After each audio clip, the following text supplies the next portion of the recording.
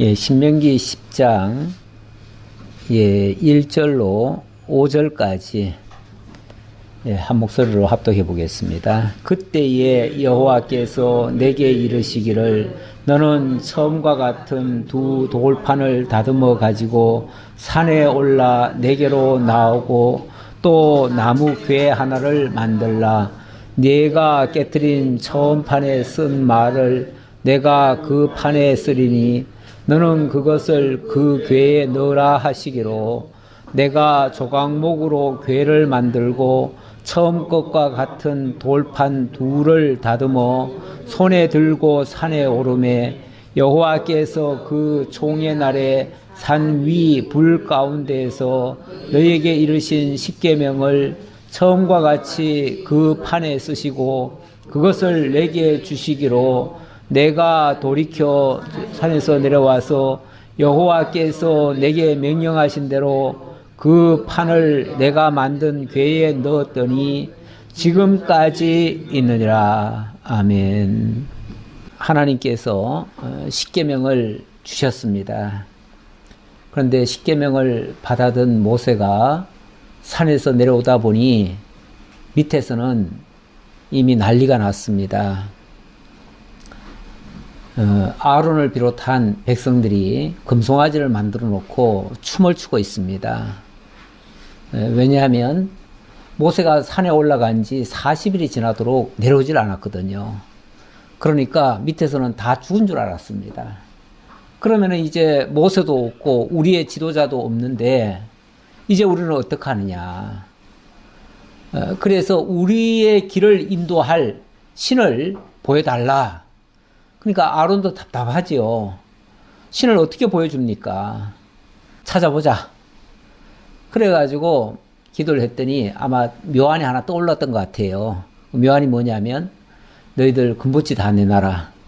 그걸 녹여가지고 거기서 나오는 게 하나님이다. 이래버린 거예요. 그래 놓고는 금붙이를 다 모아가지고 불에다 넣었더니 금송아지가 나왔다는 거예요. 근데 약간 거짓말도 있는 것 같아요. 금송아지가 그렇게 금 녹이면 바로 금송아지가 나옵니까? 예. 지금 이 세상에, 이 세상도 자연스럽게 없던 것이 뻥 하고 터져가지고 우주가 만들어졌고 우주 가운데서 또 무생물이 생명체로 진화가 돼가지고 오늘날 이렇게 고등 생명체들이 만들어졌고 이 우주가 이렇게 아름답게 만들어졌다. 정말 참 우연하게, 우연이죠, 우연하게 그렇게 만들어졌다는 거예요. 꼭 불구덩이에다가 금붙이 던져놓았더니 금송아지가 탁 나오더라 하는 말과 비슷해요. 그런 식으로 우상을 만들어 놓고 이게 우리를 가나안 땅까지 인도할 여호와다 이렇게 선언을 한 거예요. 이제 모세가 없다는 가정하에 그런 거예요. 지도자가 없고 이제 막막하니까. 원래 신을 찾는 사람들이 진짜 신을 못 찾으면 다 우상을 만들게 돼 있습니다. 세상에 우상이 많은 이유는 진짜 신을 못 찾아서 그래요. 그러니까 가짜 신이라도 뭔가를 만들어야 돼. 그래서 수많은 우상들이 만들어졌는데 이렇게 만들어지고 나니까 모세가 뒤늦게 산에서 내려오다 보니 밑에서 난리가 났잖아요. 그 광경을 보고 너무 절망해서 그만 자기가 가져오던 그 거룩한 하나님의 계명을 두 돌판을 그냥 던지고 말았어요. 그리고 하나님이 이 백성들 다 죽이겠다고 그러니까 차라리 나부터 죽여주십시오. 이러면서 중보 기도를 했지요. 그야말로 전 백성이 거기서 다 끝장날 뻔했습니다. 그런데 하나님께서 계명을 다시 만들어주겠다. 그 대신 지난번에 내가 다 두 돌판에다가 직접 써가지고 너희에게 줬지만 이번에는 너희들이 돌판을 만들어 와라. 그래가지고 모세가 돌판을 깎아가지고 가잖아요. 두 번째는 깎아갑니다. 깎아갔더니 하나님이 친히 써주시면서 하시는 말씀이 이번에는 이걸 가지고 궤를 만들어가지고 그 나무 궤, 조각목으로 궤를 만들어가지고 그 안에다가 넣어둬라. 이렇게 얘기를 하는 거예요. 그래서 그렇게 했다 그 말이에요. 그렇게 해서 그렇게 됐다. 그러니까 어찌 보면 계명이 두 번째로 만들어진 거예요. 그렇죠? 두 번째로 만들어졌는데 내용이 다릅니까? 맞죠. 내용은 똑같아요. 내용은 똑같아요. 그래서 1절로 5절까지 아까 함께 합독을 했는데 일단 돌판과 법계에 대한 내용을 좀 생각해 보려고요. 근데 이 처음 판과 두 번째 판을 보면 공통점도 있고 차이점도 있어요. 분명히 똑같지는 않아요. 내용은 같아요. 내용은 같은데 어찌 보면 적용이 다르다 이렇게도 말씀드릴 수 있겠어요. 일단은 처음 판이 써졌을 때 그 하나님의 말씀이 그대로 백성들 앞에 노출될 거 아닙니까? 그대로 노출되면 어떻게 되겠어요? 그 법에 따라서 다 직결 처분 받을 거 아니에요. 공의의 그 계명에 의해서 모든 사람이 죄인이 되면 어떻게 돼요? 바로 죽지요. 바로 죽게 되죠. 죽게 되는데 이것이 궤 안에 들어가 버리면 어떻게 될까요? 일단은 가리워진 거죠. 이 말씀이 있다는 내용은 똑같아요. 있다는 내용은 똑같은데 그 말씀이 궤 안에 가두어진 셈이에요. 그렇게 되면 그 말씀이 곧바로 나와가지고 그대로 정죄해가지고 그대로 죽이지는 않는 거죠. 그 차이가 있는 거죠. 어찌 보면 공의의 율법이 은혜의 법으로 바뀌어지는 거예요. 나중에 보면 이거를 이 궤에다가 넣어가지고 일단 그 말씀을 쓰신 분은 하나님이십니다. 내가 그 판에 쓰리니 너는 그 궤에다 넣어라 그랬는데 일단은 분명히 하나님께서 이 내용을 적었는데 그 내용은 공의의 율법이에요. 공의의 율법인데 나중에 보면 이 궤를 넣어가지고 그 궤를 또 어떻게 하냐면은 법궤를 또 따로 만들래요. 그러니까 이 돌판 궤가 있고요. 또 언약궤가 또 있어요. 언약궤가 있는데 언약궤는 커요. 언약궤는 금으로 만들어요. 금으로 만들어 가지고 그 안에다가 이 아카시아 나무로 만든 이 조각목으로 만든 이 궤를 그 안에다가 넣습니다. 넣어 가지고 그 위에다가 또 뚜껑을 덮어요. 그 뚜껑을 뭐라고 그러냐면 그걸 시은소라고 그래요. 시은소. 시은소라고 하면은 뭐가 되죠? 시은소라는 말 자체가 뭐죠?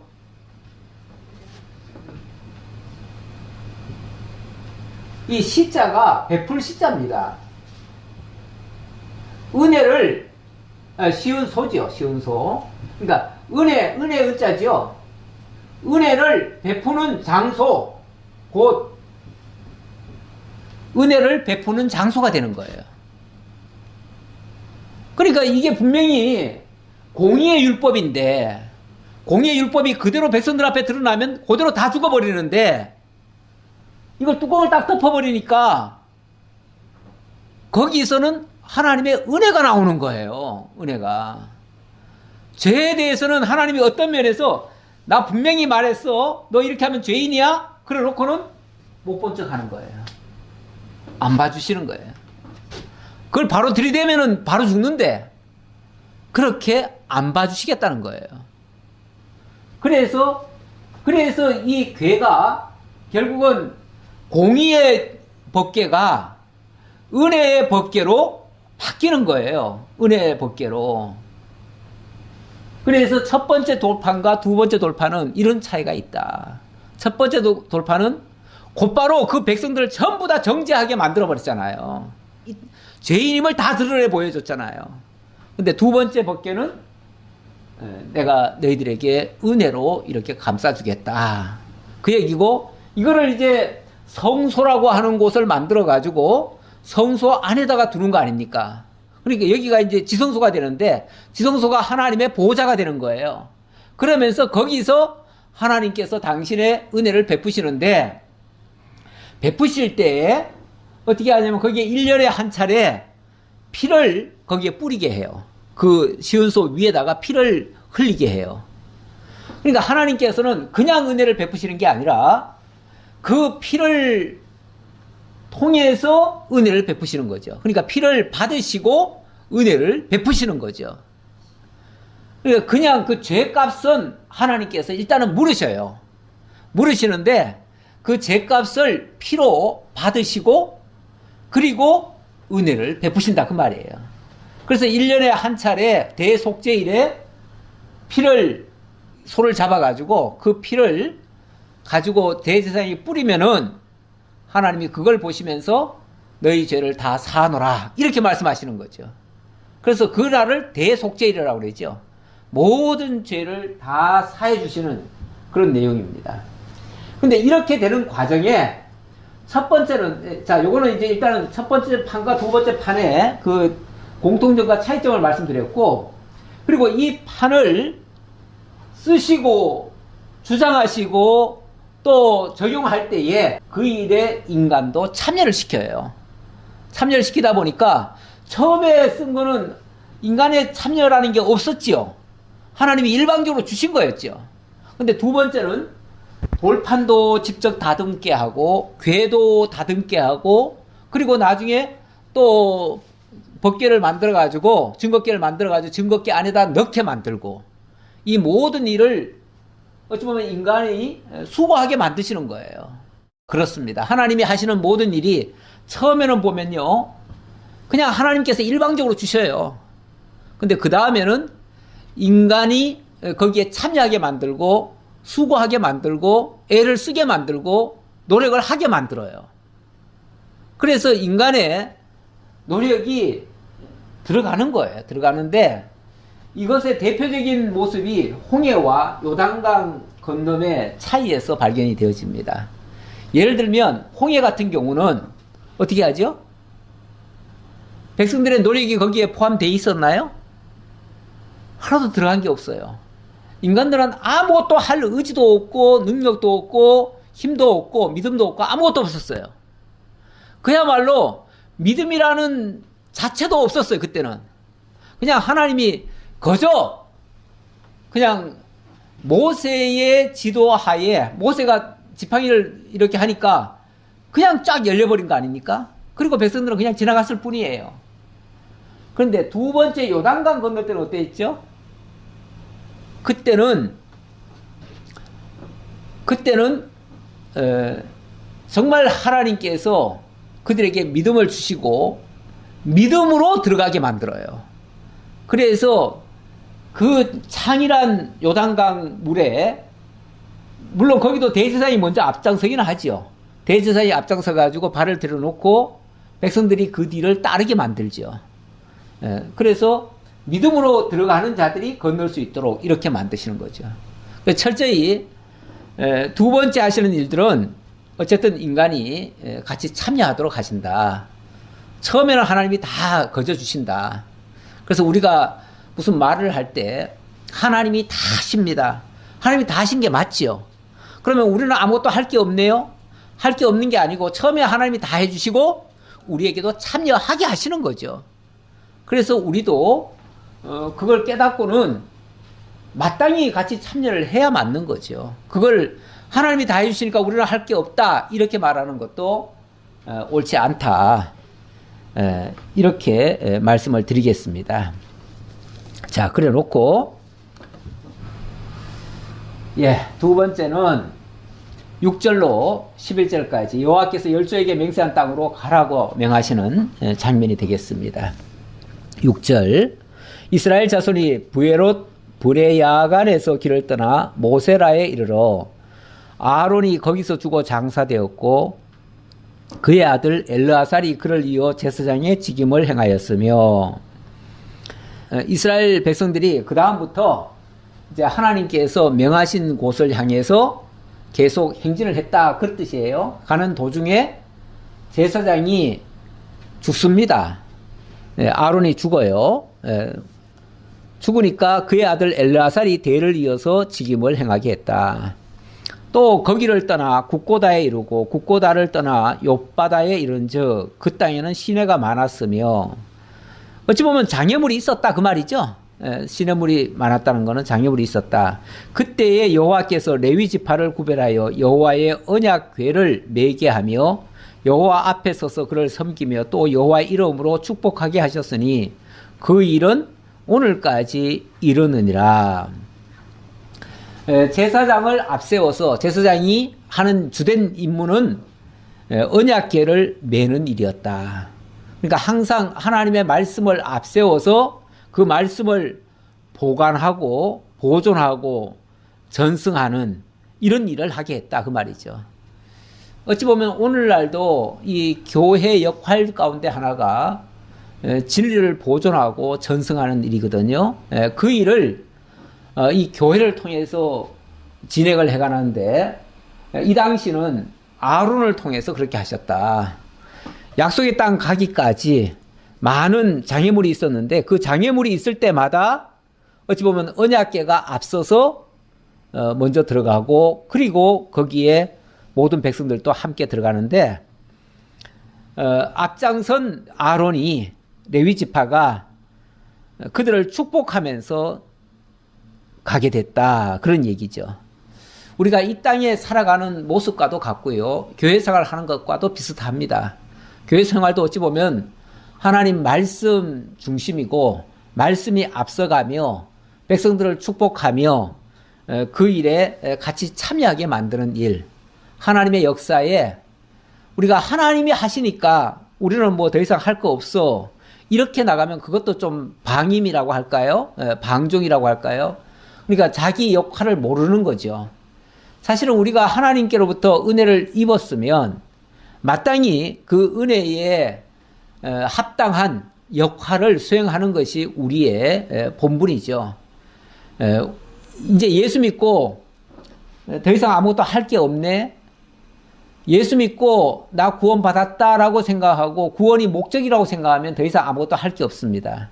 그러나 구원은 하나님께서 당신의 백성을 만들어 가기 위한 출발입니다. 출발. 구원이 목표고 그것이 전부라고 생각하시면 안 됩니다. 하나님이 우리를 구원시켜 놓고 구원이 어찌 보면 태어나는 것과 같거든요. 어린아이로 태어나는 것과 같아요. 그러니까 태어나면 다 끝난 게 아니잖아요. 물론 구원이라고 하는 게 굉장히 중요하죠. 태어나야 중요하니까. 하지만 태어난 걸로 다 됐다고 하면 안 되죠. 우리는 하나님의 나라에 가기까지 구원받은 백성으로서 이제는 그분을 믿고 계속 나아가는 일이 계속 이어져 가야 돼요. 그런데 자기가 앞서가도 안 되고요. 자기 마음대로 가도 안 되고요. 하나님의 말씀이 이끄는 대로 말씀이 앞서 가시고 그 다음에 축복한다는 말이 있잖아요. 그러니까 앞서 가시며 그 말씀의 축복을 받고 그 말씀의 인도 따라간다 그 얘기죠. 축복이라고 하는 게 그렇게 빌어준다는 말이잖아요. 그렇게 약속하신 것이 이루어지기를 바라는 것이 축복인데 하나님께서 약속의 말씀을 들려주고 그 말씀대로 이루어지기를 바라면서 계속 목적지를 향해서 가는 거죠. 그 목적지는 가나안 땅이고 당연히. 그러므로 레위는 그의 형제 중에 분깃이 없으며 기업이 없고 내 하나님 여호와께서 그에게 말씀하신 같이 여호와가 그의 기업이시니라. 이렇게 하는 대제사장 그리고 레위 지파 그들은 별다른 다른 기업이 없습니다. 없고 오로지 하나님의 말씀만 전파하고 증거하는 그 일이 그의 사명이고 거기서 하나님이 내가 너희의 기업이 주시겠다라고 하는 것이 어찌 보면 약속이고 그게 저들에 대한 상급이에요. 상급인데 기업하니까 우리 창세기의 말씀이 또 생각이 납니다. 우리 하나님께서 일찍이 아브라함에게 약속하실 때에 이 땅을 내게 주어 소유를 삼게 하려고 너를 갈대아인의 우르에서 이끌어낸 여호와다. 하나님이 누군가를 먼저 밝힐 때 그렇게 밝혀주고 그리고 내가 너희를 반드시 약속의 땅 그곳으로 인도할 것이다. 인도하는 과정에 이런 어려운 과정이 있을 것이다. 하지만 최종적으로는 반드시 거기 갈 것이다. 그러면서 이것을 내가 너희에게 기업으로 주겠다. 그렇게 말씀하신 겁니다. 그래서 무엇을 약속했는지 어떻게 과정이 연결될 것인지 그 내용을 제가 잠깐 소개를 한 겁니다. 이 땅으로 돌아올 것이다 라고 약속을 하셨습니다. 그 약속하신 대로 이 역사가 지금 이루어지고 있는 과정입니다. 내가 처음과 같이 40주 40야를 산에 머물렀고 그때에도 여호와께서 내 말을 들으사 너를 차마 멸하지 아니하시고 여호와께서 내게 이르시되 일어나서 백성보다 먼저 길을 떠나라. 백성보다 먼저 길을 떠나라. 그러니까 이제 모세가 어찌 보면 이 백성들을 직접 이끌고 가라 그 얘기겠죠. 그리고 이 대제사장은 죽었다고 했는데 대제사장은 뭐 그렇다고 해서 금송아지 만들었기 때문에 바로 저주받았다 이렇게 말하기는 그렇고요. 어쨌든 그의 역할은 거기까지로 끝내버렸고 하나님께서 새로운 인물을 다시금 상기받은 그 아들이 그 대를 이어서 그 일을 하게 하고 그리고 모세가 직접 앞장을 서라 이렇게 얘기를 했습니다. 왜냐하면 이 말씀을 직접 받은 자가 모세이기 때문에 그리고 모세가 진정한 의미에서의 중보자가 되기 때문에 그래서 모세를 앞세운 겁니다. 내가 그들에게 주리라고 그들의 조상들에게 맹세한 땅에 들어가서 그것을 차지하리라 하셨느니라. 네가 이렇게 이끌고 가면 반드시 약속의 땅 가나안으로 들어가게 될 것이다. 그것은 하나님이 당신이 맹세로 약속한 것이다. 그 얘기입니다. 맹세로 약속했으니까 반드시 그렇게 이루실 것이다. 라는 말씀이고 자 12절로 15절의 말씀은 자 그러면서 하나님이 그 백성들에게 요구하는 게 있는데 그 요구하는 것은 다른 게 아니고 여호와를 경외하라 그럽니다. 경외하라 그러면은 나만 섬겨라 이렇게 이제 생각하기가 쉽잖아요. 그러면 하나님이 참 욕심꾸러기네. 자기만 섬기라고 하네. 이렇게 생각이 쉬운데 나를 섬기라고 하는 것은 나를 위해서 하라는 게 아니라 바로 그게 너희의 행복을 위해서다. 이렇게 말씀하시는 장면입니다. 우리는 누군가를 섬긴다 하면 그 사람에게 전적으로 희생하고 봉사하고 내 모든 것을 내어주고 그래서 나는 손해보고 그는 큰 이득을 볼 것이다. 이렇게 생각이 쉽지만 그게 아니고 사실은 하나님이 뭐가 아쉬워가지고 우리 보고 나만 섬겨라 나만 섬겨라 그러겠어요. 하나님 뭐 부족한 게 있나요? 하나님 부족한 게 하나도 없으신 분이에요. 막말로 우리가 섬기든 안 섬기든 하나님은 손해날 것도 없고 아쉬울 것도 없는 분이에요. 하나님은 원래 이 천지가 다 당신 거고 온 만물이 다 당신을 찬양하고 있는데 뭐 인간이 거기서 더 섬긴들 더 찬양한들 뭐가 하나님이 더 기쁘겠어요. 무슨 또 이득이 더 있겠어요. 하나님이 또 우리가 안 섬긴다고 해서 하나님이 손해볼 것도 뭐가 있겠어요. 하나님은 스스로 자충족하신 분이에요. 스스로 만족하시는 분이에요. 부족함이 없으신 분이에요. 그러니까 하나님이 욕심꾸러기라서 자기만 섬기라고 그래 이렇게 말하지 말라 그 말이죠. 전에 어떤 스님이 그 말을 하더라고요. 하나님이 욕심꾸러기라고 그냥 오로지 자기만 섬기라 그러고 자기 안 믿으면 지옥 보내버리고 얼른 들으면 그러잖아요. 아주 그래서 당최 나는 그 하나님 이해를 못하겠다고 어떻게 자기 안 섬긴다고 그냥 지옥을 보내버리냐고 그러면서 무슨 사랑의 하나님이냐고 이렇게 말하더라고요. 그 양반이. 그런데 우리 하나님 우리가 섬긴다고 우리가 찬양한다고 요만큼도 더 좋을 거 없어요. 또 우리 안 섬긴다고 서운해하실 것도 없어요. 우리 하나님 안 서운해해요. 안 섬겨도 안 서운해하고 섬겨도 그것 때문에 하나님이 그냥 막 좋아 죽고 그러지 않아요. 아무 상관없어요. 안 믿으려면 안 믿어도 돼요. 하지만 안 믿으면 누구 손해예요? 자기 손해죠. 결국 믿는 것도 자기를 위해서 믿는 거고 자기의 유익이에요. 믿으면 자기에게 유익이에요. 또 하나님 찬양하면요 자기가 또 행복해요. 자기가 좋은 거예요. 너들을 위해서 내가 날 섬기라고 한 거지 나 위하여 나 섬기라고 한 게 아니다 그 말이죠. 근데 어지간히도 하나님 뭐 조금 해드리면서 내가 하나님 위해서 이렇게 희생하고 봉사합니다. 하나님 잘했죠. 이러면 곤란하다 그 말이에요. 하나님한테 너무 그냥 인정받겠다고 물론 뭐 잘 하려고 애쓰는 건 좋아요. 애쓰는 건 좋지만 그것 때문에 하나님이 좋아하고 싫어하지는 않는다. 그런 차원이 아니다. 차원 자체가. 그러면서 하나님이 우리에게 요구하는 것은 여기 좀 읽어볼까요? 12절 이스라엘아 내 하나님 여호와께서 너에게 요구하시는 것이 무엇이냐? 하나님이 우리에게 바라시는 게 있대요. 뭘 바라시냐? 곧 내 하나님 여호와를 경외하여 그의 모든 도를 행하고 그를 사랑하며 마음을 다하고 뜻을 다하여 내 하나님 여호와를 섬기고 하나님 경외하고 섬기래요. 섬기긴 섬기는데 이유가 뭔가? 이유가 또 이렇게 나오네요. 내가 오늘 너의 행복을 위하여 너에게 명하는 여호와의 명령과 규례를 지킬 것이 아니냐. 그렇게 하는 것이 마땅히 좋지 않겠느냐 그 말이죠.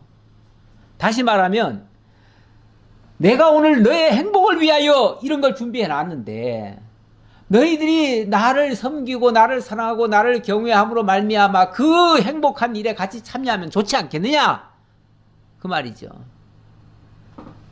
너희를 위해서 좋지 않겠느냐 그 말이죠. 날 위해서 좋은 게 아니고 우리가 하나님 계명 안 지킨다고 해서 하나님 손해날 게 뭐가 있어요? 하나님도 아쉬울 게 뭐가 있어요? 계속 똑같은 얘기인데 강조하는 이유는 우리가 하나님 위하는 척 하지 말자 그 말이죠. 하나님 어디가도 위하는 것처럼 자꾸 그렇게 말씀하시는 분들이 많아가지고 그러지 말고 정말 하나님이 우리를 위하여 이 모든 준비를 해놓으셨다. 하늘과 모든 하늘의 하늘과 땅과 그 위의 만물은 본래 내 하나님 여호와께 속한 것이로되 그래요. 이 천지 삼라만상 몽땅 다 원래 하나님 거예요. 그냥 하나님 거예요. 다 하나님께 속한 거예요. 그런데 그것을 어찌 보면 인간들에게 지금 주시는 거 아닙니까? 그것도 무상으로 공급하시는 거잖아요. 은혜로 거저 선물로. 그리고 그것을 우리로 하여금 지금 누리게 하시려는 거 아닙니까? 원래 행복이라고 하는 게요 누릴 행자입니다. 복을 누린다는 말이 행복이에요. 그러면 하나님이 우리에게 주고자 하신 당신의 계획하신 선물 같은 것들이 있어요. 기업도 있고 있어요. 있는데 하나님이 주려고 하는데 저 미래 어리석은 인간들이 깨닫지도 못하고 알지도 못하고 바라지도 않고 아무것도 생각도 안 해. 그러면 주는 의미가 뭐가 있겠어요? 준들 뭘 깨닫겠어요? 깨닫지 못하면 무슨 행복하겠어요? 그러니 하나님이 주시는 그것을 좀 알라 그 말이에요. 하나님이 주셨다는 사실을 깨닫고 그것에 대한 감사를 하도록 만들고 이렇게 하라는 거예요. 그렇게 하면 당연히 하나님이 주셨음에 대해서 감사하고 없던 것을 잊게 하시는 하나님, 정말 우리가 감히 어떻게 그 하나님의 엄청난 그 비밀스러운 것들까지 그 은혜의 선물을 우리가 어떻게 거저 누릴 수 있겠습니까? 근데 그걸 하나님이 주셨단 말이에요. 그리고 누리게 하신다 그 말이에요. 그러니 그걸 깨닫는 자는 행복할 거 아니에요. 기쁘지 않겠어요? 그걸 깨닫게 하려고 우리 하나님이 주신 것이다 그 말이죠. 여호와께서 오직 내 조상들을 기뻐하시고 그들을 사랑하사. 그런데 왜 하필 우리들한테 이렇게 하시죠? 왜 이스라엘 백성들한테 그렇게 하시죠? 일찍이 그 이스라엘 백성들에게 하나님이 택하셨다는 거예요. 하나님이 그렇게 그 엄청난 복을 주시려고 미리 준비해 놨다는 거예요. 그들에게. 그랬으니까 그들이 받아 마땅하고 누려야 된다 그 말이죠. 그래서 행복해야 돼요. 행복해야 돼. 진짜 예수 믿는 사람들은요, 하나님 깨달아 알고 삶 자체가 행복해야 돼요. 예. 예수 믿었는데 맨날 죽겠대요. 맨날 죽겠대. 어제도 죽는다 그러더니 오늘도 죽는데 내일도 또 죽으려고 그래. 맨날 죽겠대. 이거는 하나님을 깨닫지 못했든지 자기가 정말 하나님의 백성이 아니든지 뭐 이러니까 그러겠지. 아니 하나님이 주신 게 얼마나 많은데 왜 아니, 감사가 넘쳐야지. 매일같이 오늘 이것도 주셨네, 또 저것도 주셨네. 하나님 내가 무엇이간데 이렇게 많이 주시지. 어떤 분이 그러더라고요. 아 요즘은 하나님의 은혜가 막 너무 깨달아진대요. 그래서 내가 이렇게 행복하게 살아도 되는지 모르겠어요. 그러더라고. 새삼스럽게 행복감을 느끼더라고요. 아, 이게 이제 뭐가 달라졌겠어요? 사실 달라진 거 아무것도 없어요. 달라졌다면 내가 하나님을 아는 지식이 조금 더 생겼을 거예요. 하나님이 내게 주신 그 은혜가 깨달아졌을 거예요. 그게 달라진 거예요. 그게 하나님의 진짜 은혜인 거예요. 무슨 뭐 하늘에서 뭐가 뚝 떨어져야 은혜가 아니고 하나님이 우리에게 이미 베푸신 그 은혜가 새록새록 깨달아지니까 모든 보이는 것이 달라 보여요. 이제부터는. 전에는 막 어거지로 내가 애를 써야 되고 애를 써도 안 되던 일들이 이제는 하나님께서 해주셨네? 하나님이 나에게 이걸 누리게 하시네? 이걸 깨달으니까 이제는 막 감사함이 넘치는 거예요. 그게 행복을 누리는 거예요. 이제는 행복을 누려야죠. 누려야 돼요. 예, 여기 신명기 33장 26절에 보니까 우리 하나님께서 이스라엘 백성을 너무 사랑스럽게 부르느라고 여수론이라 이렇게 불러요. 이건 사랑의 애칭이에요, 일종의. 여수론이여 하나님 같은 이가 없도다. 그가 너를 도우시려고 하늘 타고 궁창에서 위엄을 나타내시는도다. 영원하신 하나님이 너의 처소가 되시니, 영원하신 하나님이 너의 처소가 되시리니. 오늘 아침에도 예수 그리스도가 참 성전으로 오셔서 우리와 함께 하신다. 임마누엘 되신다. 이런 말씀 드렸는데 영원하신 하나님이 우리 곁으로 오셔서 우리와 함께 하신대요. 이거 깨달으면 얼마나 큰 복이겠어요. 그의 영원하신 팔이 내 아래에 있도다. 늘 우리를 붙들고 있다 그 말이잖아요. 그가 내 앞에서 대적을 쫓으시며 멸하라 하시도다. 하나님이 내 손을 붙잡고 있으면 어느 대적이 무섭겠어요. 어떤 위협거리가 더 이상 위협거리겠어요. 우리 하나님이 나와 함께 하시는데. 그래서 이스라엘이 안전히 거하며 야곱의 세 번 곡식과 포도주의 땅에 홀로 있나니 곧 그의 하늘이 이슬을 내리는 곳이로다. 하늘에서는 이슬, 땅에서는 샘 솟아가지고 늘 필요한 것을 공급하시는 하나님. 자, 이걸 깨닫고 나니까 이스라엘이여 너는 행복한 사람이로다. 이렇게 얘기를 합니다. 이걸 정말 깨닫는 너는 진짜 행복한 사람이야. 복을 누리는 사람이야. 하나님의 은혜를 제대로 깨닫는 사람이야. 여호와의 구원을 너같이 얻은 백성이 누구냐? 그는 너를 돕는 방패시요 내 영광의 칼이시로다. 이렇게 되어지면 이 행복한 그 사람 곁에는요 모든 대적이 와서 무릎을 꿇을 수밖에 없어요. 이겨낼 수가 없어요. 막을 수가 없어요. 그래서 내 대적이 내게 복종하리니 네가 그들의 높은 곳을 밟으리로다. 그 어떤 강한 대적 큰 자도 다 짓밟을 수 있는 그런 권세자가 될 수 있다 그 말이죠. 이거는 내 능력이 아니라 우리 하나님이 이렇게 함께 하시니 뭐가 돼요? 결국은 행복을 누리게 되는 거 아닙니까? 이렇게 하려고 하나님이 깨닫게 하시는 거다 그 말이죠.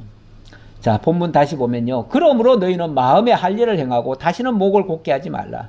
목을 곧게 한다는 말은 자기가 하나님 자리에 오르고 자기 마음대로 할 수 있고 내 힘으로 한다고 생각하는 것들, 이런 것들이 다 교만한 생각들 아닙니까? 자기가 뭐든지 다 할 수 있는 것처럼 착각하는 거 아닙니까? 예, 우리 하나님 앞에서 스스로 고개를 빳빳이 쳐드는 모습은 정말 교만한 모습이고 자기가 다 할 수 있다고 생각하는 것도 오만방자한 거죠. 너희의 하나님 여호와는 신 가운데 신이시며 주 가운데 주시요 크고 능하며 두려우신 하나님이시라. 사람을 외모로 보지 아니하시고 뇌물을 받지 아니하시고 고아와 과부를 위하여 정의를 행하시며 나그네를 사랑하여 그에게 떡과 옷을 주시나니. 너희는 나그네를 사랑하라. 전에 너희도 애굽에서 나그네 되었음이라. 전에 너희들도 나그네였었다. 전에 너희들도 나그네였었다.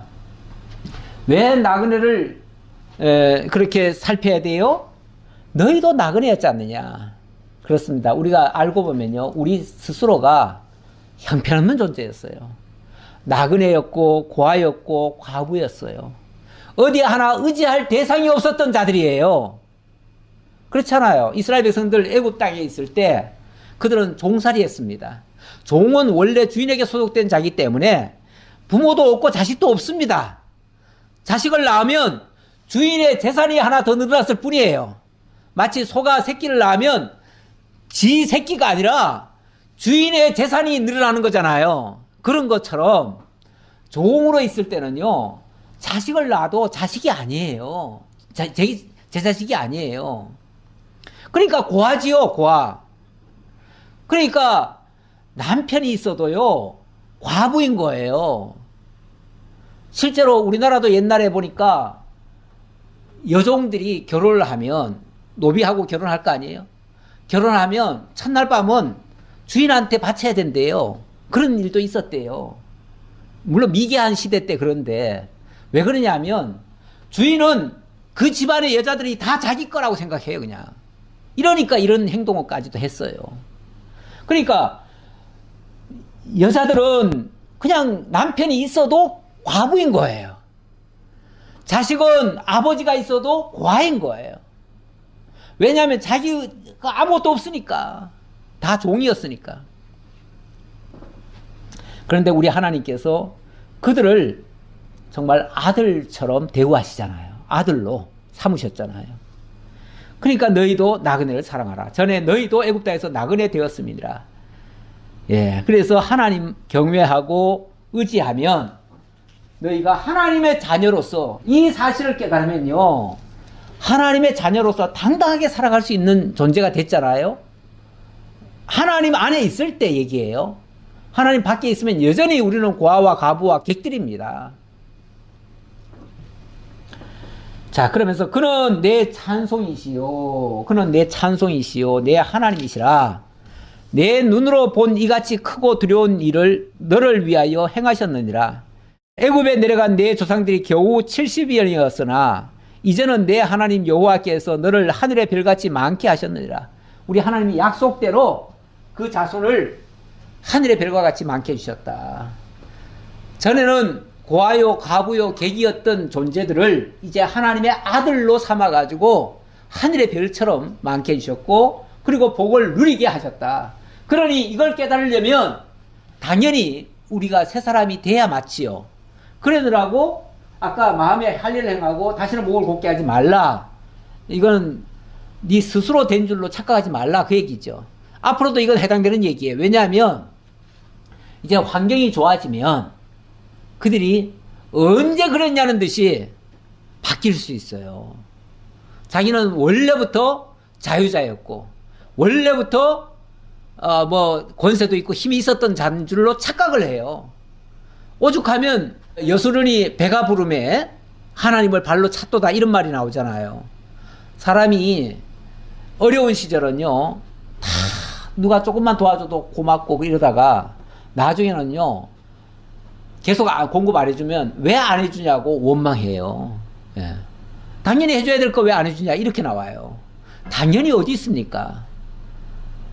작은 거 하나도 감사하고 큰 것도 감사하고 모든 게 감사하고 안 줘도 심지어 감사인데, 예, 이미 주신 걸로도 감사해야 되는데 이렇게 자꾸만 목을 곧게 세울 수가 있어요. 그런데 그렇게 하지 말라, 그 얘기고, 그리고 하나님만이 유일무이한 신 가운데 신이시고 주 가운데 주시다.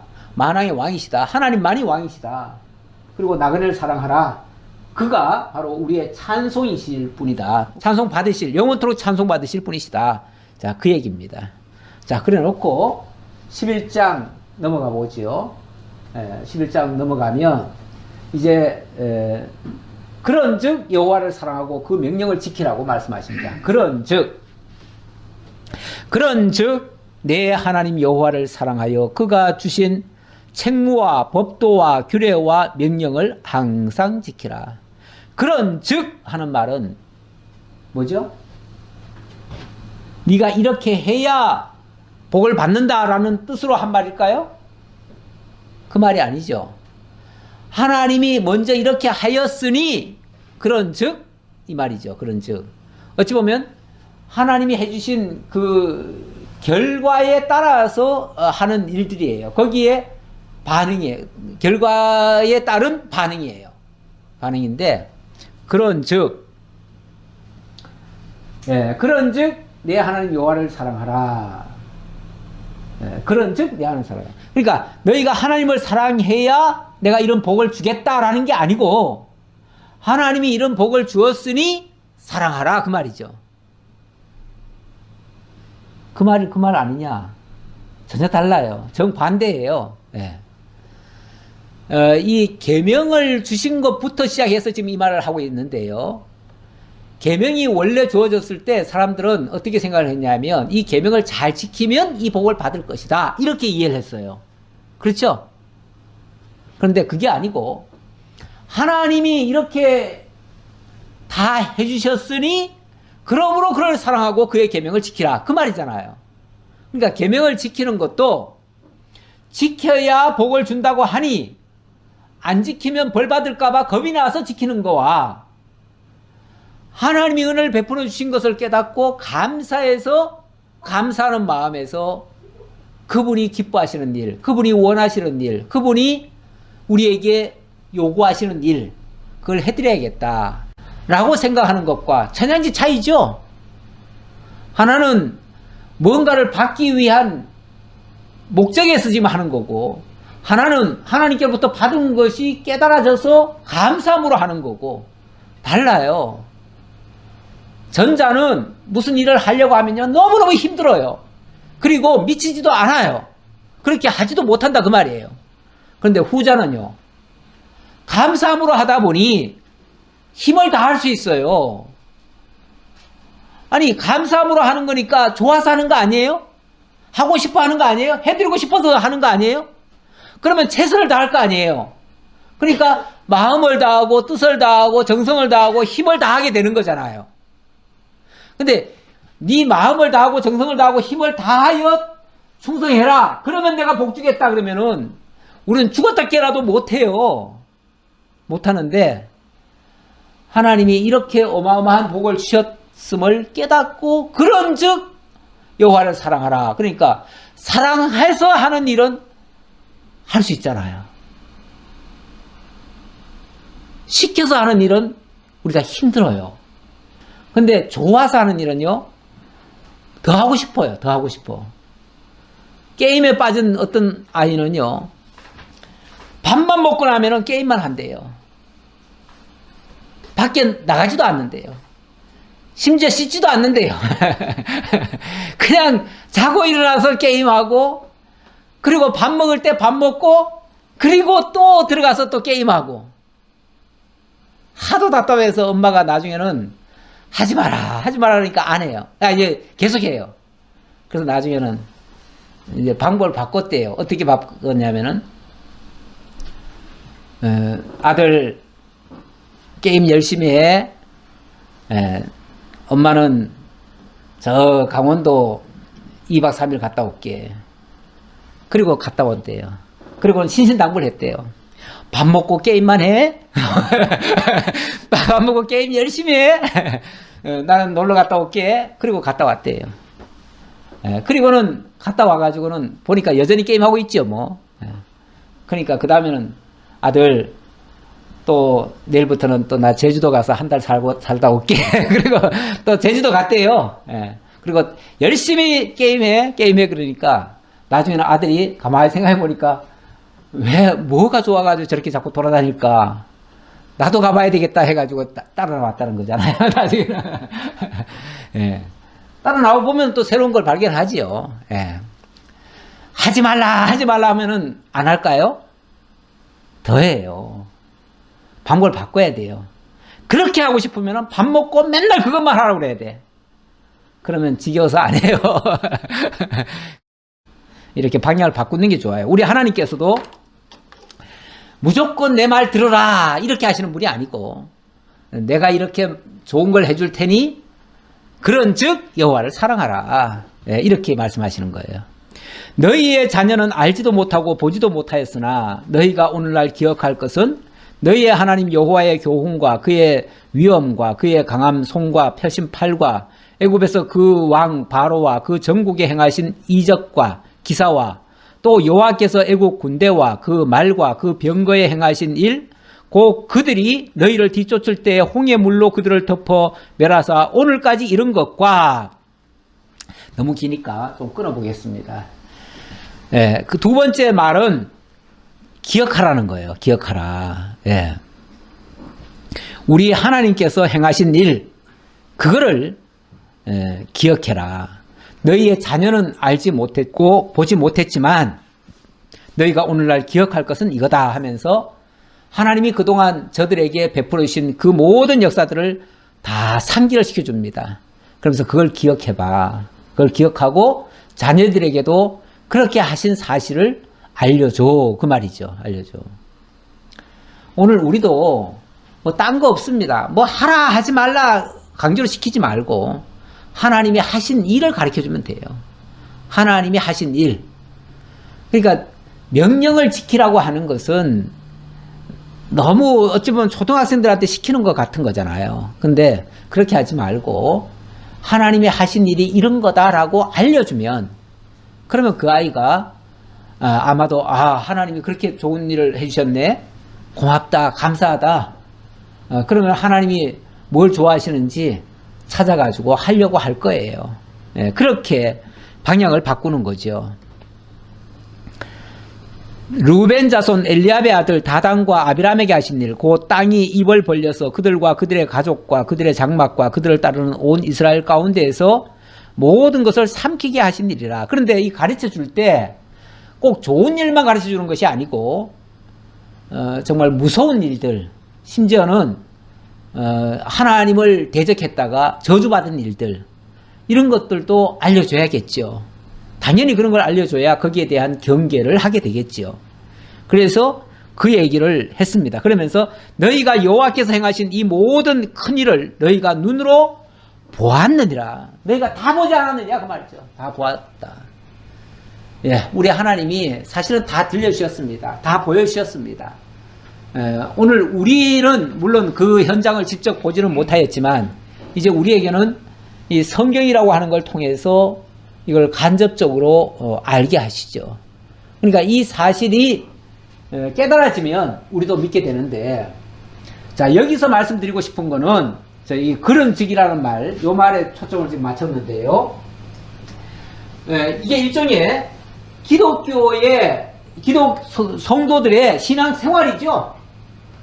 자, 신앙생활의 어찌 보면 기준입니다. 기준인데 기준이 뭐에 근거하는 겁니까? 일반적으로는 하나님의 계명이 이 기준이라고 생각을 해요. 그렇죠? 계명이 기준이라고 생각을 하는데 여기 본문은 뭐라고 그러냐면 하나님께서 이 어마무시한 일들을 다 해주지 않았느냐. 그리고 너희를 그의 사랑하는 백성으로 삼지 않았느냐. 그리고 이 광야를 인도하지 않았느냐. 또 이 괴를 통해서 앞장서가며 너희로 하여금 뒤따르게 하지 않았느냐. 그렇게 했을 때 너희가 승리하지 않았느냐. 이제 너희가 이 말씀을 따라서 오면 너희가 행복하지 않겠느냐 라고 하면서 그런즉 내 하나님 여호와를 사랑하라. 그 말이거든요. 이게 만약에 기독교인들의 신앙생활이니까 이게 만약에 기독교 윤리라고 말을 한다면 이걸 만약에 오늘날 신식말로 하면 기독교 윤리가 되겠습니다. 기독교 윤리가 되는데 기독교 윤리는 율법, 계명에 의한, 명령에 의한, 조항에 의한 지킴이 아니라 하나님을 사랑함으로 하나님의 은혜에 대한 그 감사를 깨달음으로 하나님의 역사를 발견함으로 행하게 되는 일들이다. 일들이면서 동시에 그게 하나님이 사랑하는 모습이다. 그 말이죠. 신약 성도들에게 주어진 만약에 계명이라고 말을 한다면 이제 우리에게 새 계명이 주어집니다. 그렇죠? 예수님께서 우리에게 새 계명을 주셨어요. 옛 계명은 이제 새 언약의 근거에서 새 계명이 나왔는데, 새 언약에 의해서 새 계명이 주어졌는데, 옛 계명에 의한, 옛 언약에 의한 옛 계명은 모든 사람을 죄인을 만들었어요. 그래서 다 죽게 만들었어요. 그러니까 이 계명은 도무지 지킬래야 지킬 수도 없고, 이 계명으로는 하나님께로 나아갈 수가 없어요.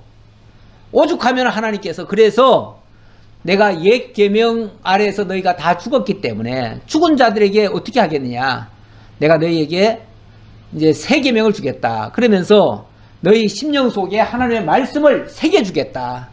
하나님의 말씀이 생각나게 하고 깨달아지게 하고 믿어지게 하겠다, 그 말이죠. 이렇게 되어지면 하나님의 역사들, 하나님이 하신 모든 은혜의 역사들이 깨달아지는 거예요. 깨달아지면 거기서 뭐가 나오냐면 하나님을 사랑함이 나와요. 이 새 계명의 내용은 뭐냐면, 크게 말하면 첫 번째가 하나님 사랑이에요. 두 번째는요, 이웃 사랑이에요. 이것이 모든 율법의 대강령이라고 그랬어요. 이게 새 언약의 내용이에요. 그러면은 하나님 사랑하는 것은 그런즉 여호와를 사랑하는 거예요.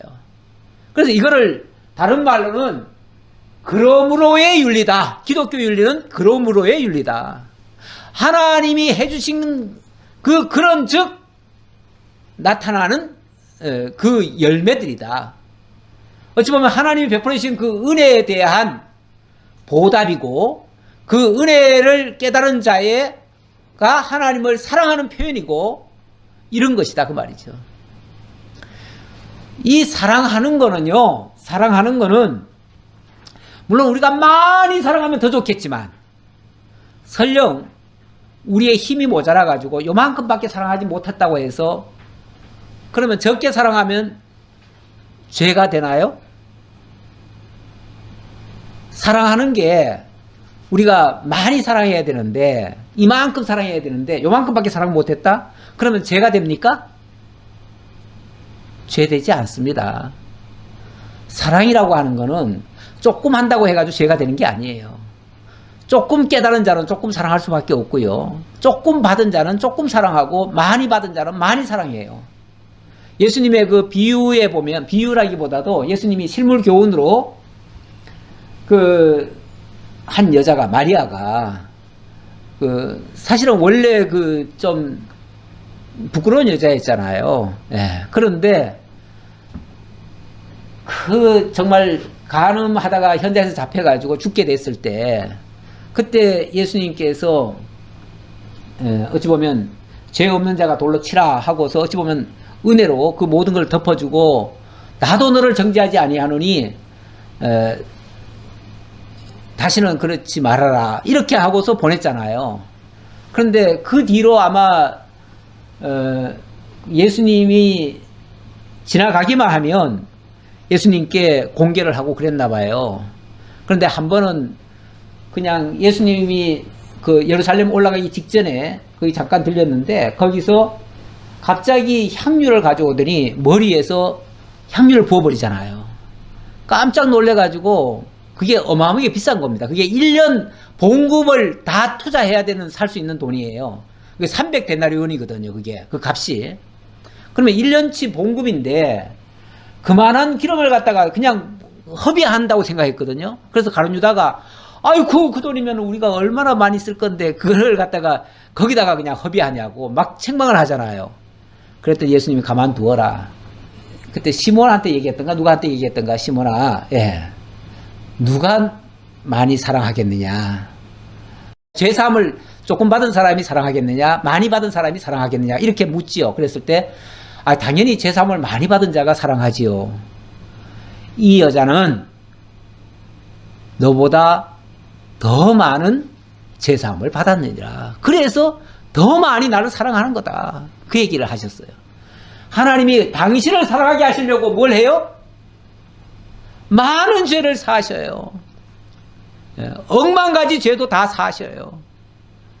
어떤 의미에서 죄 아래 가둬놓고 하나님이 다 용서해 주시는, 이게 하나님의 당신 사랑하게 하시는 방법이거든요. 방법이에요. 그래서 로마서에 보면 그런 말씀도 하신 적이 있어요. 하나님의 지혜 얼마나 위대한지, 하나님의 지혜가 얼마나 위대한지, 깊도다 하나님의 지혜에 부요함이요, 그러면서 하나님을 찬양하죠. 하나님이 모든 사람을 죄 가운데 가둬두셨다가 거기서 건져내가지고 하나님을 사랑하게 만들고 이렇게 하신다, 그 말이죠. 그래서 사실은 율법을, 첫 번째 율법을 주셔가지고 그걸로 정죄를 해놓고 그 다음에 하나님이 은혜로 덮어주시잖아요. 그래서 죄 사하신 거 아니에요? 그래서 더 많이 하나님을 사랑하도록 만드시는 거죠. 로마서 12장 1절 가져온 거는 기독교 윤리가 그러므로의 윤리라는 걸 강조하려고 이 말씀을 하나 가져왔어요. 그러므로 형제들아, 내가 하나님의 모든 자비하심으로 너희를 권하노니 너희 몸을 하나님이 기뻐하시는 거룩한 삶 제사로 드리라. 이것이 너희가 드릴 영적 예배다, 이렇게 얘기를 했어요. 사실 로마서 1장부터 11장까지는 하나님의 그 원리를 설명했어요. 이 복음의 원리라고 하는 게 뭐냐면, 하나님 모든 사람을 죄 가운데 가둬두셨다는 거 아닙니까? 그래서 의인은 없나니 하나도 없다는 거 아닙니까? 그런데 그 죄 가운데 있던 자들에게 하나님의 한 의가 나타나가지고 이를 행하지 아니하고 하나님의 은혜로 정말 그 복에 참여하게 만들었다는 거예요. 이렇게 말해놓고, 그러므로 형제들아, 하나님이 이렇게 죄 가운데 있던 우리를 구원해 주셔서 하나님의 자녀가 되게 하셨으니 그러므로 형제들아, 이 말이에요. 그러므로 형제들아, 하나님의 모든 자비하심으로 너희를 권하는데, 여기 먼저 하나님이 우리를 이렇게 자비로 긍휼로 베풀어 주셨기 때문에 우리가 이런 은혜를 입었으니 그러므로 너희 몸을 하나님 기뻐하시는 거룩한 산제사로 드리라. 이제는 너희 몸으로 하나님을 찬양해라, 그 말이죠. 그러면 하나님께 드리는 영적 예배가 뭔가를 설명할 때 이 세대를 본받지 않고 마음을 새롭게 하고 하나님의 선하시고 기뻐하시고 온전한 뜻이 무엇인지 분별하는 일이다, 이렇게 얘기를 하는 거죠.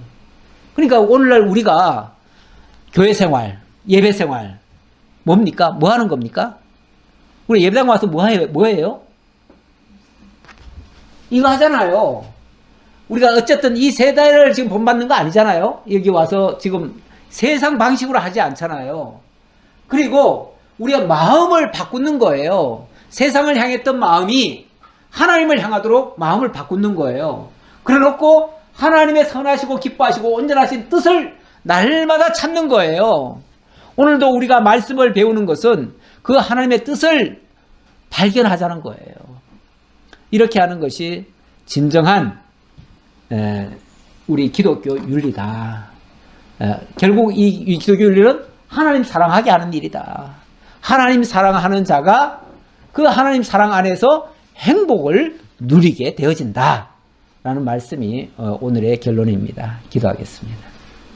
감사합니다. 하나님, 저희들이 많이 부족하고 계명으로 주어졌을 때는 모두가 다 죄 아래 가둬졌습니다. 하지만 하나님의 은혜가 임하면서 그 계명을 하나님이 괴로 가리워주시고 은혜의 시은소로 덮어주시고, 그리고 우리의 죄에 대해서는 용서하시고 은혜로 구원해 주셔서 하나님의 자녀가 되게 하신 것 너무나 감사합니다. 이 은혜를 깨달은 자들마다 하나님을 사랑하고 하나님을 경외하는 참된 하나님의 자녀들 다 되게 하시고 그 안에서 참된 행복을 누리며 하나님께 영광 돌리며 늘 찬양이 끊어지지 않는 진정한 하나님의 백성들 다 되게 하옵소서. 감사드렸고 예수님 이름으로 기도하옵나이다. 아멘.